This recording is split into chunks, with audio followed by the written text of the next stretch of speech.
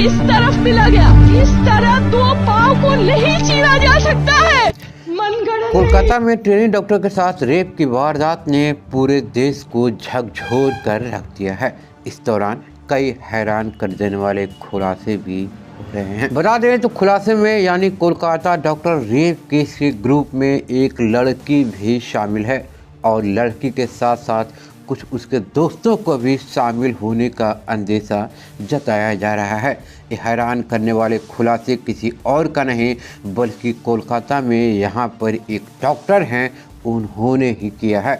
Media reports की माने तो ट्रेनी डॉक्टर के साथ पहले मारपीट की गई और फिर इसके बाद उसका जानबूझकर रेप कराया गया। इस पूरे कांड में यानी रेप करने वाले लड़कों के ग्रुप में एक लड़की भी शामिल है। बता दें तो जानकारी निकल कर आ रही है कि सिर्फ एक लड़की ही नहीं बल्कि हॉस्पिटल के कई बड़े बड़े डॉक्टर भी शामिल हैं। इस खुलासे के बाद कोलकाता रेप कांड की प्रक्रिया पहले से और ज़्यादा उलझती नजर आ रही है। जहां एक और इस रेप कांड की जांच सीबीआई कर रही है। हालांकि जिस तरह मामले में कई तरह के गंभीर खुलासे हो रहे हैं उससे अंदाज़ा लगाया जा रहा है कि अभी इस मामले में और कितनी परतें खुलेंगी और न जाने कितने लोगों के नाम उजागर होंगे।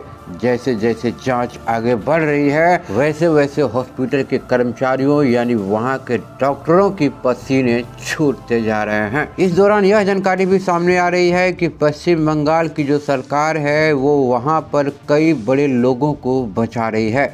मीडिया में जो खबरें दिखाई जा रही हैं उसके मुताबिक डॉक्टर ने दावा किया है कि इस घटना को पूरी प्लानिंग के तहत अंजाम दिया गया है। बता दें तो जिस हॉस्पिटल में रेप कांड और दरिंदगी हुई है वो हॉस्पिटल के जो सेमिनार हॉल है वहां पर कई डॉक्टर्स लंच करने और लंच करने के बाद आराम करने के लिए जाते थे।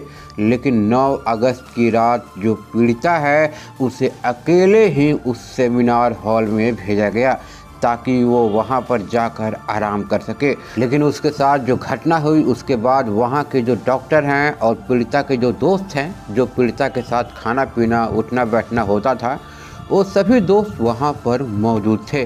पीड़िता ने उस सेमिनार हॉल में उन सभी दोस्तों के साथ खाना खाया और लंबी ड्यूटी के बाद यानी लंबी ड्यूटी करने के बाद उसे थकान महसूस हुई और फिर वो पीड़िता कुछ समय के लिए वही सेमिनार में बैठकर सो गई। पीड़िता के साथ जितने भी लोग यानी उसके साथी डॉक्टर नर्स शामिल थे उन सभी को इस कांड के घेरे में शामिल किया जा रहा है। कहा जा रहा है कि जिस सेमिनार हॉल में पीड़िता के साथ इस पूरी वारदात को अंजाम दिया गया है उस दिन उसे अकेले ही सेमिनार हॉल में जाने के लिए बोला गया था। बता दें तो पीड़िता उस सेमिनार हॉल में कभी अकेले नहीं जाती थी। जब भी जाती तो अपने कुछ डॉक्टर साथी को ले करके ही साथ में जाती थी। लेकिन आखिर उस वक्त यानी 9 अगस्त की रात पीड़िता को वहां पर अकेला क्यों भेजा गया। और सबसे बड़ा सवाल खड़ा हो रहा है कि आखिर अकेला भेजा भी गया तो पीड़िता के साथ उसके साथी डॉक्टर जो हमेशा आते जाते थे सेमिनार हॉल में उन्हें जाने का परमिशन उस दिन यानी 9 अगस्त की रात क्यों नहीं दिया गया। यानी पीड़िता के जो साथी आना जाना करते थे सेमिनार हॉल में उस रात को उनके साथी डॉक्टर को साथ में जाने का परमिशन क्यों नहीं दिया गया। और दिन भी उसके साथी डॉक्टर लंच करने आराम करने जाते थे लेकिन उस 9 अगस्त की रात आखिर पीड़िता के साथ उसके साथी डॉक्टर को क्यों नहीं जाने दिया गया। यहाँ पर ये सबसे बड़ी गंभीर सवाल खड़े हो रहे हैं। बता दें तो पीड़िता के साथ सेमिनार हॉल में जाने वाले साथी डॉक्टरों को ये बोलकर नहीं जाने दिया गया कि आज हॉल में कंस्ट्रक्शन का काम होना है, ज़्यादा लोग जाएंगे तो वहाँ पर काम में रुकावट पैदा हो सकती है। और फिर अंत में वो पीड़िता ने लंबी ड्यूटी के बाद ज़्यादा थकान महसूस होने पर अकेले ही चली गई।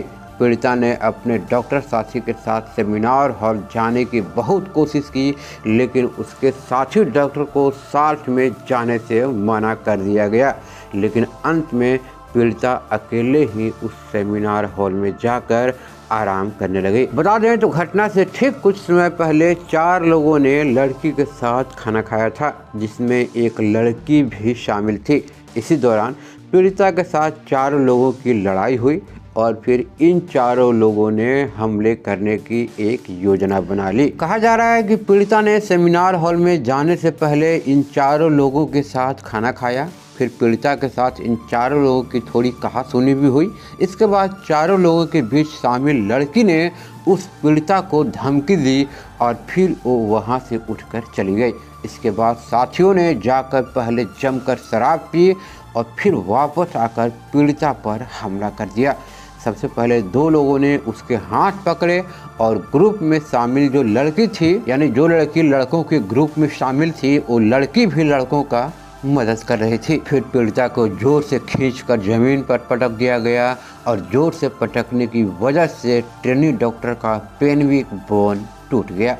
फिर उसके बाद कॉलर बोन टूटा और फिर उसके बाद पीड़िता के साथ दरिंदगी की गई। लड़की ने इस दौरान ये भी खुलासा किया कि उस पीड़िता को उल्टा किया गया और पीठ पर चढ़कर उसे कंसेपर से मारा गया।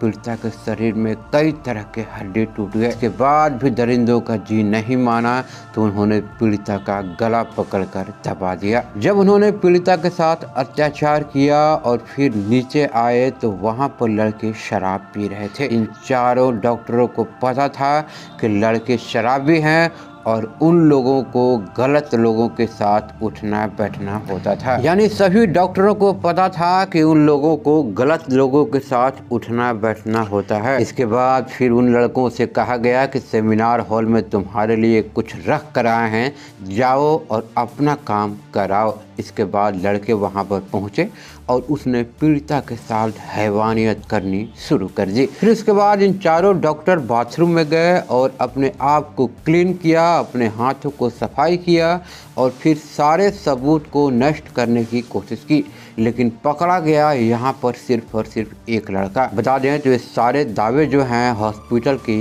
एक डॉक्टर ने किया है। हालांकि पोस्टमार्टम रिपोर्ट में भी ये बात सामने आ चुकी है कि पीड़िता के साथ भयानक तरीके से दरिंदगी की गई है। पीड़िता के माता पिता ने भी देखा तो कहा कि उसके बदन पर एक भी कपड़ा नहीं था और शरीर के कई हिस्सों में गंभीर चोट के निशान भी हैं। गंभीर चोट के निशान से समझा जा सकता है कि पीड़िता ने कितना दर्द सही होगी। मीडिया रिपोर्ट्स की माने तो रोज नए नए खुलासे सामने होते जा रहे हैं, लेकिन इन सब खुलासों में कितनी सच्चाई है, जांच रिपोर्ट आने के बाद सार्वजनिक जमीन पर उतारा ही जाएगा।